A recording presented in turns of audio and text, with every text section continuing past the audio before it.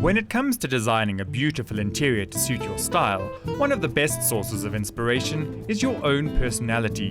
For Matsela Moshokoa of Diato Living, a colourful dress spurred her imagination for this modern, eclectic home that reflects the client in every way. My design philosophy is the space needs to be as comfortable, as authentic, and as close to the client's heart as possible. So it needs to be something that doesn't feel foreign. I always say I don't do showrooms, I do homes. So whatever is in the house needs to be something that you can live with, you can be comfortable with, and if I wasn't there, it's something that you would have gravitated towards anyway.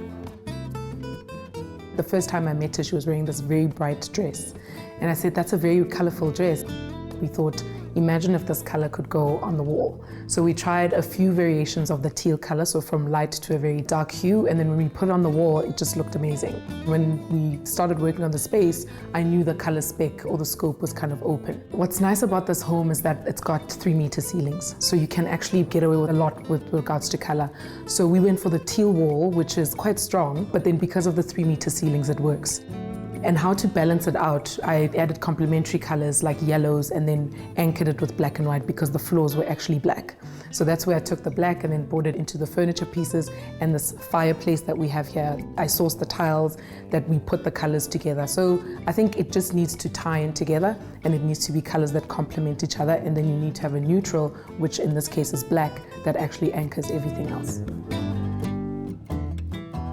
So modern eclectic for me is making sure that the pieces that you find kind of work together. So you can have different textures, different colorways, but make sure that it kind of ties in together. So for example, in this space we used a corduroy couch and then a brocade couch, fabric on a couch, and then we had some outdoor chairs that we actually brought inside, which are the wooden frame chairs.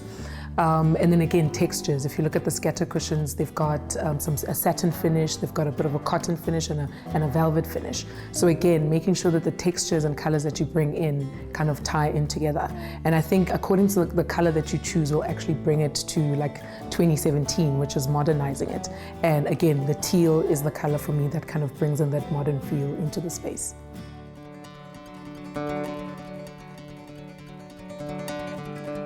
So in this space, we decided to still go with the teal, but we went a shade darker and used it for the focal wall. And then the rest of the walls, we actually just stuck with a neutral, just to add warmth, because if we used the teal all over, it was going to be a little bit of a cold space. And then you'll see all the wood surfaces are all different. Again, the eclectic theme of finding whatever you find that's kind of has a dark wood base. That's what I use for this room. So you'll see the pedestals are not the same, and also the sideboards are also not the same. So yeah, it's that eclectic mishmash of things coming together. So in the guest bedroom, we've decided to go for a lighter color. So it's like a warm green, which has a little bit of a yellow undertone to it, because the space is quite dark. So it lightens it up nicely, and we actually use it on all the walls because we needed as much light as possible. And then we threw in a little bit of the reds and the brick reds and brick oranges, and you'll see that kind of adds the warmth and the pop of color as well. And then we used what the client already had, which is kind of oriental side tables as pedestals, and use her antique lampstands to just add character to the room.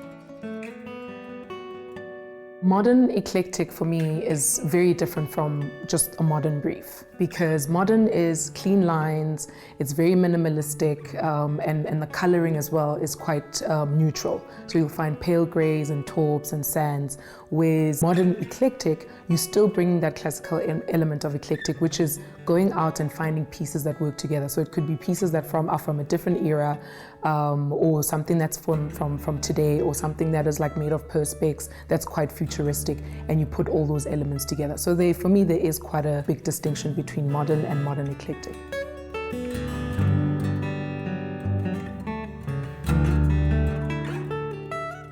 How I made the space modern eclectic was I actually isolated my shopping missions. I never went on like one shopping mission a day and said, I'm gonna get everything for that room.